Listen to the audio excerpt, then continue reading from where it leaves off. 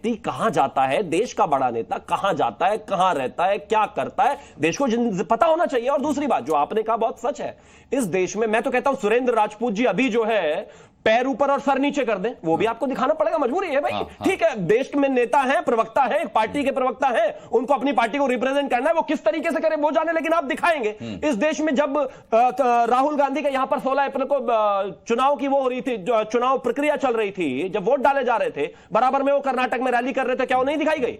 जब 13 तारीख को अखिलेश यादव के कन्नौज में वोटिंग चल रहा था, वो भी बराबर में रैली कर रहे थे, उसको भी मीडिया ने दिखाया। और मैं मानता हूं इस देश में तो अजब गजब तरह की सभी खबरें दिखाई जाती है। यात्रा भी दिखाई, भारत जोड़ो यात्रा भी दिखाई, जब वो मंदिर जाते हैं वो भी मीडिया दिखाता है, जब उन्हें मंदिर में प्रवेश नहीं मिलता वो भी मीडिया दिखाता है, जब प्रियंका गांधी गंगा में आचमन करती हैं वो भी मीडिया दिखाता है। हमें तो दिखता है, लेकिन ये बात आप सुरेंद्र राजपूत जी को बताइए, उन्हें नहीं दिख रहा ना। कहते नहीं प्रधानमंत्री जी को दिखा रहे। अरे भाई, देश के दुनिया के सबसे बड़े नेता हैं, देश का सबसे बड़ा लोकतांत्रिक पर्व समाप्त हुआ है, उसके बाद देश के प्रधानमंत्री, होने वाले प्रधानमंत्री साधना कर रहे हैं। इस देश के लिए बड़ा विषय है। और मैं तो एक चीज और कहना चाहता हूं, बड़ा सिंपल है, इस देश की संस्कृति को, इस देश की धरोहर को, इस देश में सनातन को गाली देने में कांग्रेस को क्या मजा आता है? खड़गे जी को इसमें कहां ड्रामा लग रहा है, कहां आडंबर लग रहा है? मैं तो खड़गे जी को कुछ नहीं कहता, मेरी पार्टी तो खड़गे जी या खड़गे जी के धर्म को कुछ नहीं कहती, या फिर किसी और धर्म को कुछ नहीं कहती। इस देश में क्या सिर्फ सांस्कृतिक त्योहार जो होते हैं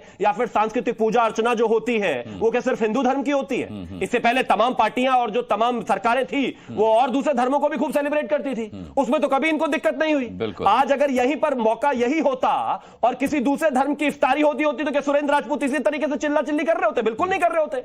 मैं सिर्फ एक ही चीज कहना चाहता हूं, इस देश में धार्मिक आजादी हर किसी व्यक्ति को है, देश के प्रधानमंत्री को भी है। वो अपनी धार्मिक आजादी के तहत अगर इस देश में भगवान को मानते हैं, पूजा करते हैं, तो इससे सुरेंद्र राजपूत को या फिर इनकी पार्टी को कोई दिक्कत नहीं होनी चाहिए। सुरेंद्र राजपूत जी ने मोबाइल पर कुछ तथ्य निकाल लिए हैं, बहुत देर से वो मोबाइल में सर्फ कर रहे हैं। चलो कहीं से मेहनत करके निकाले तो सही, पहले निकाल लेते तो अच्छा रहता। शिवम त्यागी की बात का, फिर बाकी मेहमानों का मैं रुख करता हूं। देखिए, शिवम को अपनी पार्टी को डिफेंड करना है, वो करते रहे, अभी 2-4 दिन और कर ले, अच्छी बात है। 3-4 चीजें शिवम से हम, उसके बाद तो राष्ट्रीय विमर्श ही होगा, कांग्रेस भाजपा ही भाजपा रहेगी, कांग्रेस के प्रवक्ता तो रह नहीं जाएंगे। सुरेंद्र जी भी, शिवम भाई सुरेंद्र जी को सुनिए, बीच में नहीं बोला ना, बोलिए राजपूत जी बोलिए। आप लोगों की आदत है, अभी 4 तारीख तक जो भी चाहें आप अनुराग मुस्कान के साथ करें या अमीश देवगन के साथ करें, आपकी इच्छा है, लेकिन हमारा ये है कि हमारी बात सुन लीजिए। सेतु समुद्रम परियोजना अटल जी के समय की है, वो कांग्रेस के समय की नहीं है, नंबर 1। और सेतु समुद्रम परियोजना के लिए 500 करोड़ रुपए अटल बिहारी वाजपेयी जी की सरकार ने दिए थे, ये अपने आप में सच है, नंबर 1। नंबर 2, राहुल गांधी जी कहां भागते हैं या कहां जाते हैं? भगोड़े तो भारतीय जनता पार्टी के नेता, जनसंघ के नेता और आरएसएस के नेता है, जो अंग्रेजों के पैरों में चरण में पड़े रहते हैं हमेशा और माफी ही मांगते घूमते हैं। भगोड़े वो है। हमें इस बात को लेकर के बिल्कुल कतई कोई आपत्ति नहीं है। आप लोग बगैर लाइसेंस के या बगैर वीजे के भाग जाते हैं बिरयानी खाने के लिए नवाज शरीफ के यहां, आप लोग बगैर वीजे बगैर पासपोर्ट के बुला लेते हैं चीन के राष्ट्रपति को, जो 20-20 सेना हम के जवानों की, हमारे शहीदों का हत्यारा है, उसको चाय भी पिलाते हैं, पकौड़े भी खिलाते हैं, झूला भी झुलाते हैं। ये आपका विषय, समय आने पर इसका सबका हिसाब भी होगा। मसला यहां पर क्या है? मसला साधना को लेकर के है।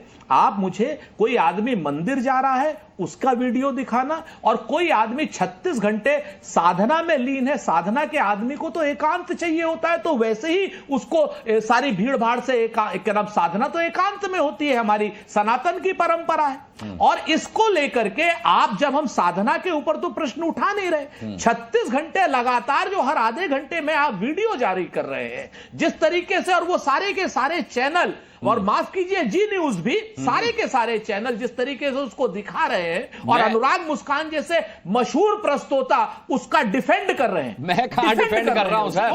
आप जाकर के सुरेंद्र राजपूत जी, देखिए ये बड़ा आसान है, मीडिया पर हमला कर देना, एंकर को घेरे में ले लेना, लेकिन हमने तो मटन पार्टी भी दिखाई थी सर, हमने तो मटन पार्टी भी पूरी ईमानदारी के साथ दिखाई थी सर, इसी जी न्यूज ने दिखाई थी सर।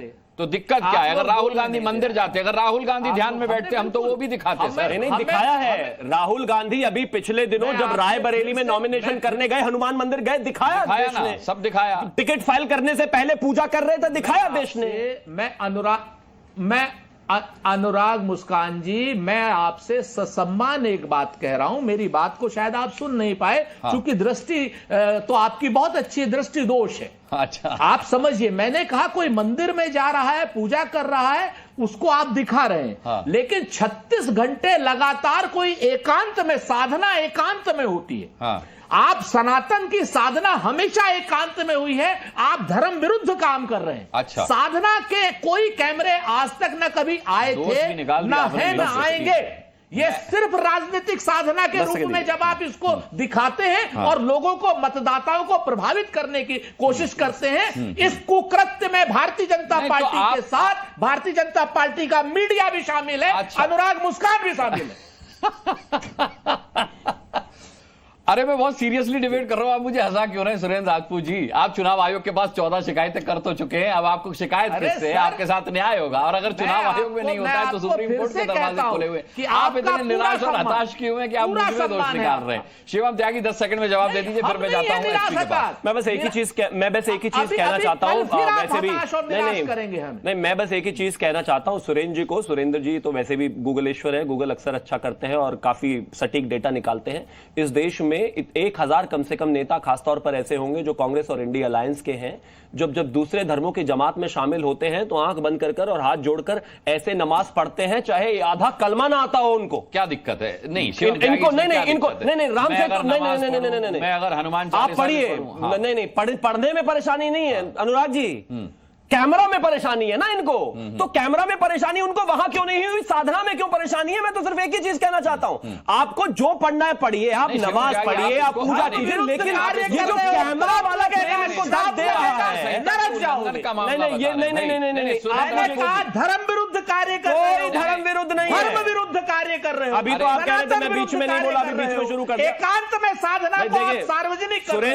सुरेंद्र जी माना मेरे कान दो है, लेकिन सुन में एक ही आदमी बोल सकता हूं। एक तरफ अनुराग जी बोल रहे हैं, एक तरफ आज आप बोल रहे हैं, तो थोड़ा मौका दे दीजिए। नहीं, बीच में मत बोलिए, चिल्लाइए मत। अभी तो कहते थे अपने समय में कि मुझे बोलने दो। एक विषय साफ है, अगर आपको इससे कोई दिक्कत है, माफ कीजिए, होती रहे, इस देश को नहीं है। दूसरी बात, जहां तक इस देश में नेताओं को दिखाने का विषय है, तो इस देश में हर एक व्यक्ति, हर एक नेता जो भी काम करता है, चाहे वो पूजा करता है, चाहे वो नमाज पढ़ता है, आज तक तो दिखाया गया है। और इनके नेताओं के तो मुझे लगता है 1000 फोटो सोशल मीडिया पर है। मेरे देश के प्रधानमंत्री साधना में है। कांग्रेस को इतना दर्द नहीं होना चाहिए, बोले तो परेशानी, ना बोले तो परेशानी, शांत बैठ जाए तो परेशानी, चुनाव रैली करे तो परेशानी। अरे भैया, आपकी दिक्कत क्या है? लड़ नहीं सकते तो रोते क्यों रहते हो 24 घंटा? ठीक है। प्रदीप भाटी का मैं रुख करूंगा। प्रदीप भाटी जी, देखिए दिक्कत यह है कि साधना के नाम पर राजनीतिक ड्रामा हो रहा है। साधना एकांत में होनी चाहिए, लेकिन वहां कुनबा जुटा हुआ है। पहली आपत्ति है। दूसरी आपत्ति है कि आचार संहिता का उल्लंघन हो रहा है, वोटर को प्रभावित करने की कोशिश की जा रही है। मुझे प्रदीप भाटी ये बताइए कि क्या आप नहीं मानते कि पीएम मोदी के या भारतीय जनता पार्टी के ट्रैप में आ गया है इंडिया गठबंधन? 400 का आंकड़ा प्रधानमंत्री ने दिया, 400 का आंकड़ा भारतीय जनता पार्टी ने दिया। 400 पार, विपक्ष ने ज्यादा बोला, भारतीय जनता पार्टी ने कम बोला। उसकी पब्लिसिटी विपक्ष ने ज्यादा की, 400 पार, भारतीय जनता पार्टी नहीं जाएगी 400 पार, यानी वोटर के दिमाग में आपने डाला 400 पार। अब साधना के नाम पर राजनीतिक ड्रामे का हल्ला भी आप ज्यादा मचा रहे हैं। 14 कांग्रेस ने शिकायतें दर्ज की आचार संहिता में, 14 खबरें तो मीडिया ने भी नहीं दिखाई इस साधना की। धन्यवाद अनुराग जी। देखिए, माननीय प्रधानमंत्री जी जो निंदनीय, अपमानजनक, बदसलूकी वाला जो प्रचार अपनी पद की गरिमा को गिराते हुए जो पद और जो प्रचार किया है, उसके बाद माननीय प्रधानमंत्री जी को मौन रहना और उनको पश्चाताप करना अनिवार्य होना चाहिए था। वो ठीक कर रहे हैं। लेकिन मुझे एक चीज़ बताइए, विडंबना ये है कि कोई भी सियासी, आप ये जो सियासी ध्यान लगा रहे हैं, ये हर 5 साल बाद आपको ये ध्यान आता है। हमारे ऋषि मुनि भी हैं, साधु संत भी हैं, वो भी ध्यान लगाते हैं। लेकिन कोई साधु संत धरती से लेके पाताल तक और नभ से नभ और आकाश में जाके फोटोग्राफी करा के कैमरे के डिफरेंट शॉट लेके साथ लगा के, इस तरह का तो ध्यान आपने कहीं नहीं देखा होगा। ना तो उसमें किसी तरह का अकेलापन है, ना कोई असमीप है, ना किसी तरह का एकांत है। तो एक ये कैसी साधना है, ये समझ में थोड़ा आना मुश्किल है।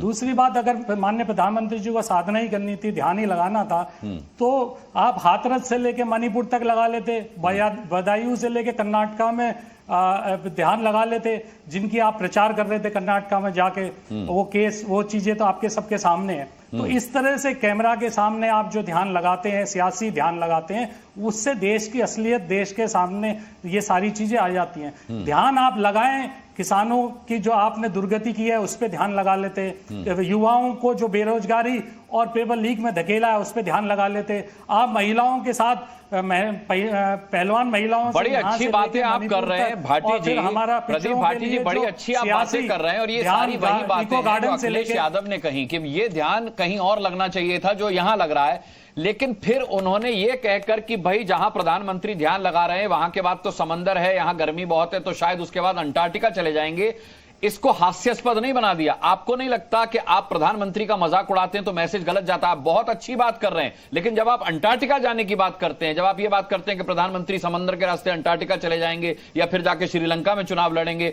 तो आपको नहीं लगता कि आप अपनी ही बात को हल्का कर देते हैं? दिक्कत यह हो जाती है।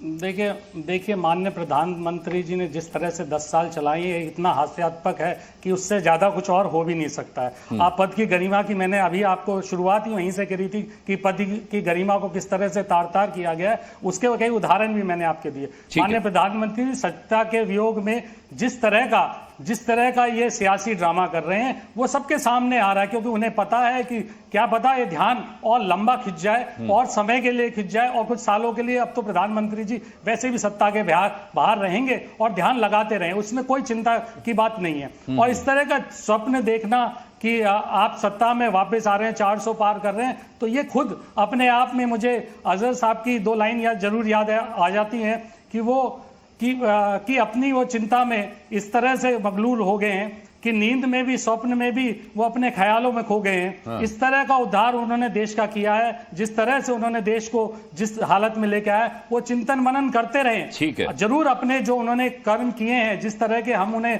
कर्म भी क्या कहें, लोगों के साथ जो दिखावा ढोंग किया है, जिस तरह की उनकी आशाएं आकांक्षाओं को तोड़ा है, उस तरह का हाल आपने देश की जनता के साथ जो किया है, उसमें आपको जरूर पश्चाताप करना चाहिए। माननीय प्रधानमंत्री जी, इस पश्चाताप को लंबा जितना हो सके उतना रखिए और देश की जनता को इससे मुक्त कराइए, और हम आपके इसमें आपके साथ रहेंगे।